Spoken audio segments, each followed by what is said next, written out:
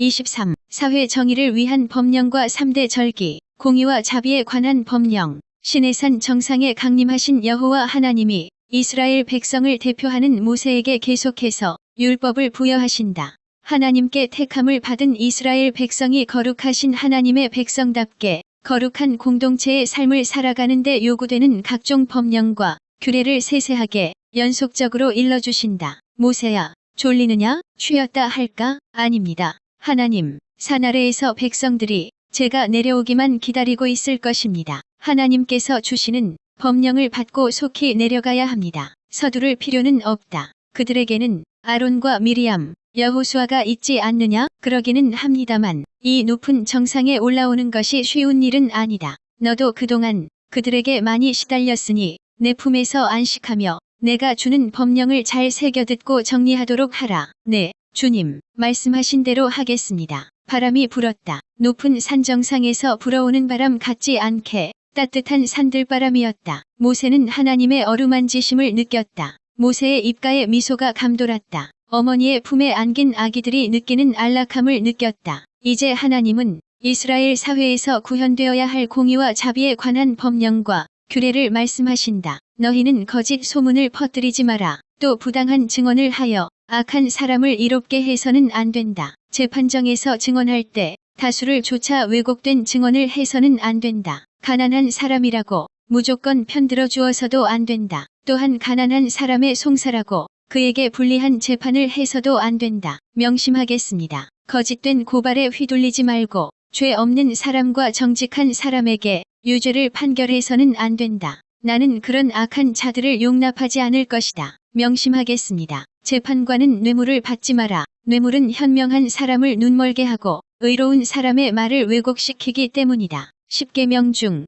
제9계명인 너희는 너희 이웃에 대하여 거짓 증언을 하지 마라. 는 계명을 보충하는 세부적인 법령이다. 송사에서 일어날 수 있는 부조리한 일들에 관해 삼가 경계할 것을 명하는 내용이다. 중심된 내용은 증인의 거짓 증언인 위증 금지, 재판관의 편파적인 판정 금지, 뇌물 수수 금지에 대한 것이다. 시시비비를 올바로 가려 판결하시는 공의의 하나님께서는 이스라엘 사회의 법정에서도 실현되어야 한다는 것이다. 원수의 소나 나귀가 길을 잃고 헤매는 것을 보거든 그 가축을 그 임자에게 끌어다 주어라. 또 너희를 미워하는 자의 나귀가 무거운 짐을 지고 가다가 쓰러진 것을 보거든 내버려 두지 말고 나귀를 일으켜 세우는 것을 힘껏 거들어 주어라. 지침대로 하겠습니다. 나그네를 압제하지 마라. 너희도 한때는 이집트 땅에서 나그네로 몸부쳐 살았으니 나그네의 심정을 잘 헤아릴 수 있지 않느냐? 나그네로 살았던 것을 잊지 않고 잘 돌보겠습니다.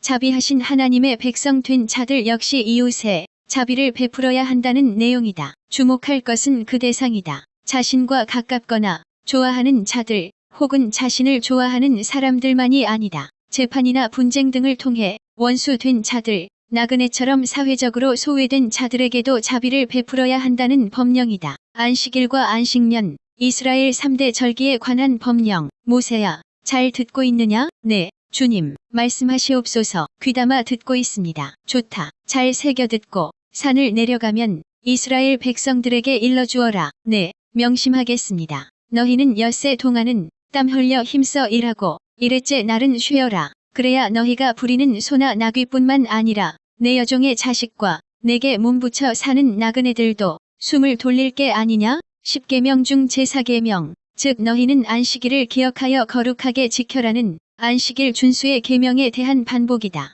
특별히 여기서는 종과 나그네와 가축에 대한 자비와 긍휼에 초점이 맞추어져 있다. 하나님의 백성 된 자들은 천지 창조의 사역 후 제7일에 쉬신 하나님의 안식에 기꺼이 동참하되 자신뿐만 아니라 자신의 집에 속한 것들까지도 함께 동참토록 해야 한다. 너희는 6해 동안은 땅에 씨를 뿌리고 곡식을 거두어 들이되 7째 해에는 그 땅을 묵혀두어라.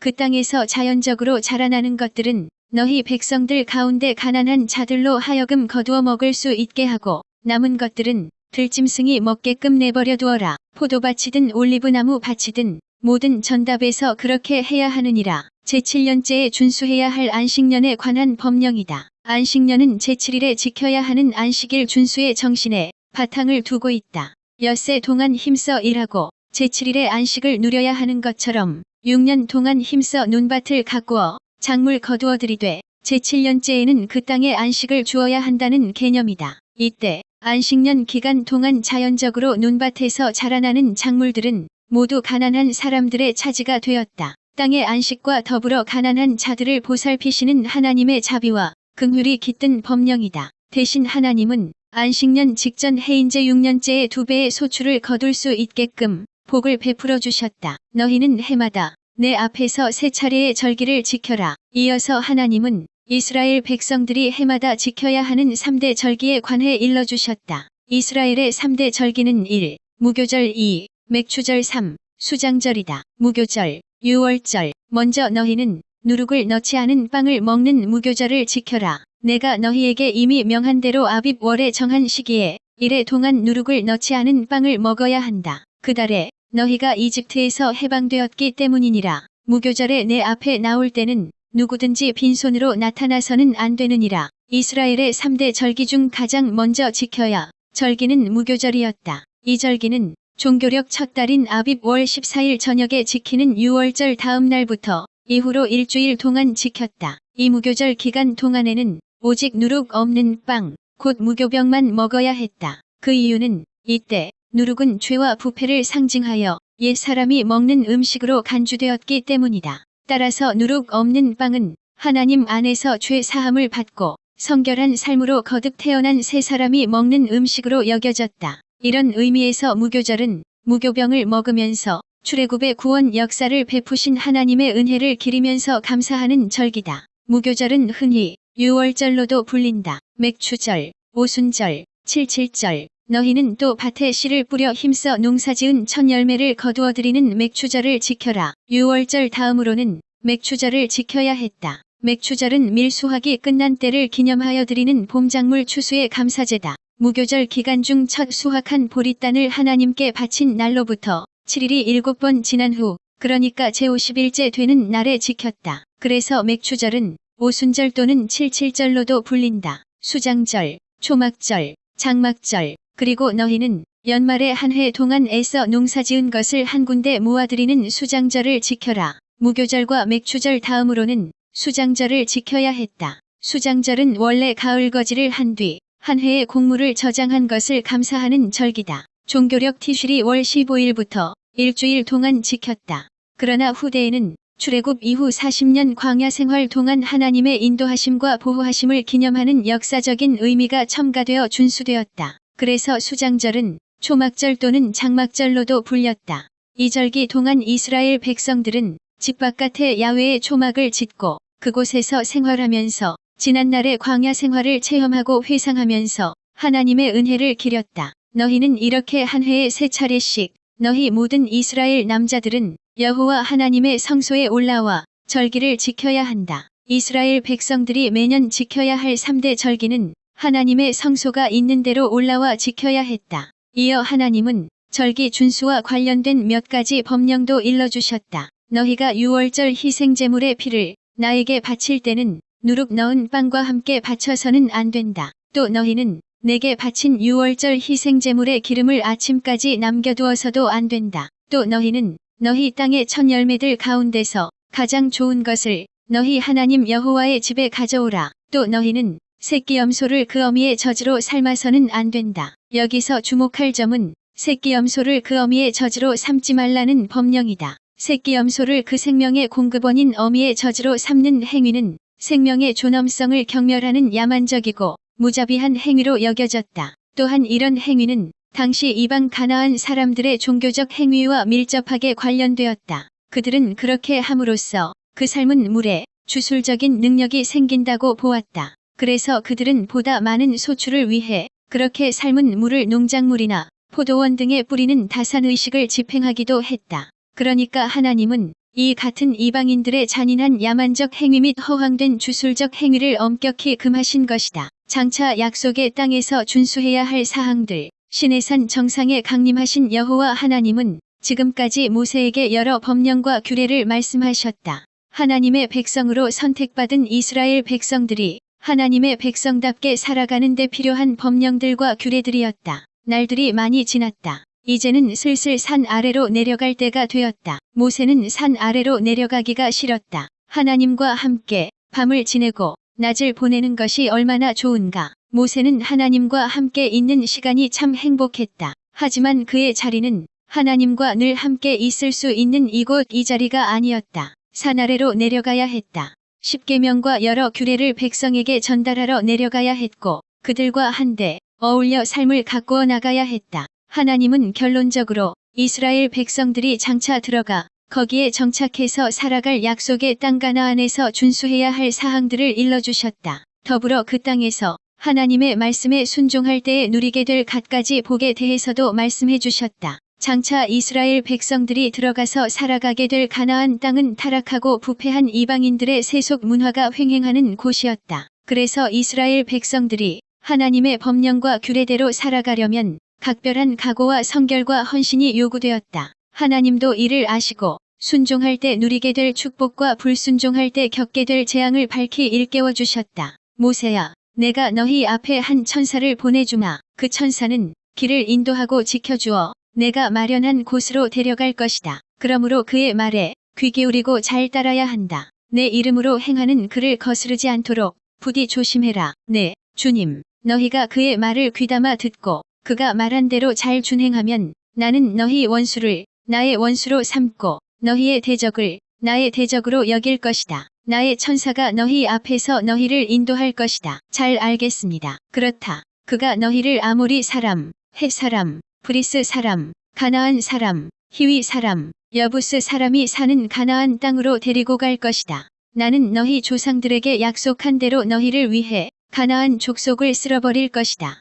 하나님께서는 이스라엘 백성들보다 천사를 가나안 땅으로 먼저 보내겠다고 약속하셨다. 그 천사는 신적인 지위와 능력에 비추어 볼 때 단순한 일반 천사가 아니다. 그렇다고 모세나 여호수아도 아니다. 구속사적으로 면밀하게 고찰하면 그 천사는 구약시대에도 활동하신 제2위 하나님, 곧 성자 하나님 되시는 메시아 예수다. 후일 신약시대에는 그 천사가 사람의 몸을 입고 이 땅에 오셔서 영적 이스라엘, 곧 교회를 하늘 가나안으로 인도하셨다. 하나님의 말씀은 이어졌다. 너희는 가나안 땅의 주민들이 섬기는 신에게 절하거나 섬기지 마라. 그들의 이방 관습을 절대로 따르지 마라. 모든 우상을 철저히 때려 부수고 석상들을 깨뜨려야 한다. 너희는 오직 너희 하나님 여호와만 섬겨야 한다. 10계명 중 제1계명을 다시금 확인시키는 말씀이다. 하늘 아래와 땅 위에 오직 여호와 하나님만이 참신이며 유일한 신이고 그 외 모든 이방의 신들은 헛되고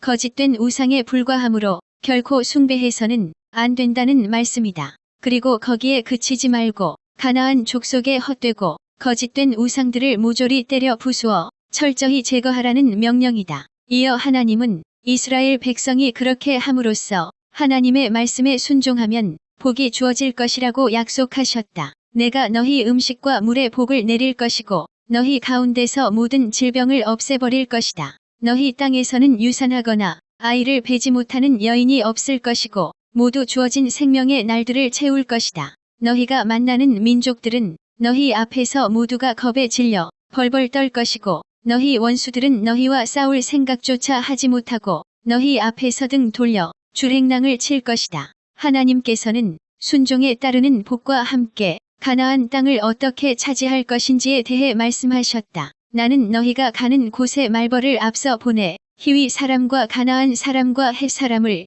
너희 앞에서 다 쫓아낼 것이다. 말벌? 그렇다. 말벌이다. 내가 말벌로 가나안 땅을 정복하되 1년 안에 다 쫓아내지 않겠노라. 만일 그리 되면 가나안 땅이 너무 황폐해져 들짐승이 우글거려 너희를 해칠까 우려되기 때문이니라. 내 주님, 그러합니다. 나는 가나안 원주민들을 차츰차츰 쫓아낼 것이다. 그렇게 해서 너희는 점차 수효가 불어나 마침내 그 땅을 온전히 차지하게 될 것이다. 여기서 말벌은 실제의 말벌떼가 아니다. 마치 말벌떼같이 두렵고 날쌘 힘으로 이스라엘 백성들을 도와 가나안 족속을 쫓아낼 하나님의 모든 초자연적 개입과 도우심을 가리킨다. 하나님께서는 가나안 땅의 정복이 1년 이상 걸릴 것이라고 암시하셨다. 그 이유는 적은 수효로 급격히 가나안 땅 전부를 정복하는 데 따르는 그 땅의 황폐화 현상을 우려하셨기 때문이었다. 하나님의 자상한 배려였다. 이어 하나님은 이스라엘 백성들이 차지하게 될 가나안 땅의 범위에 관해서도 말씀하셨다. 나는 너희 땅의 경계를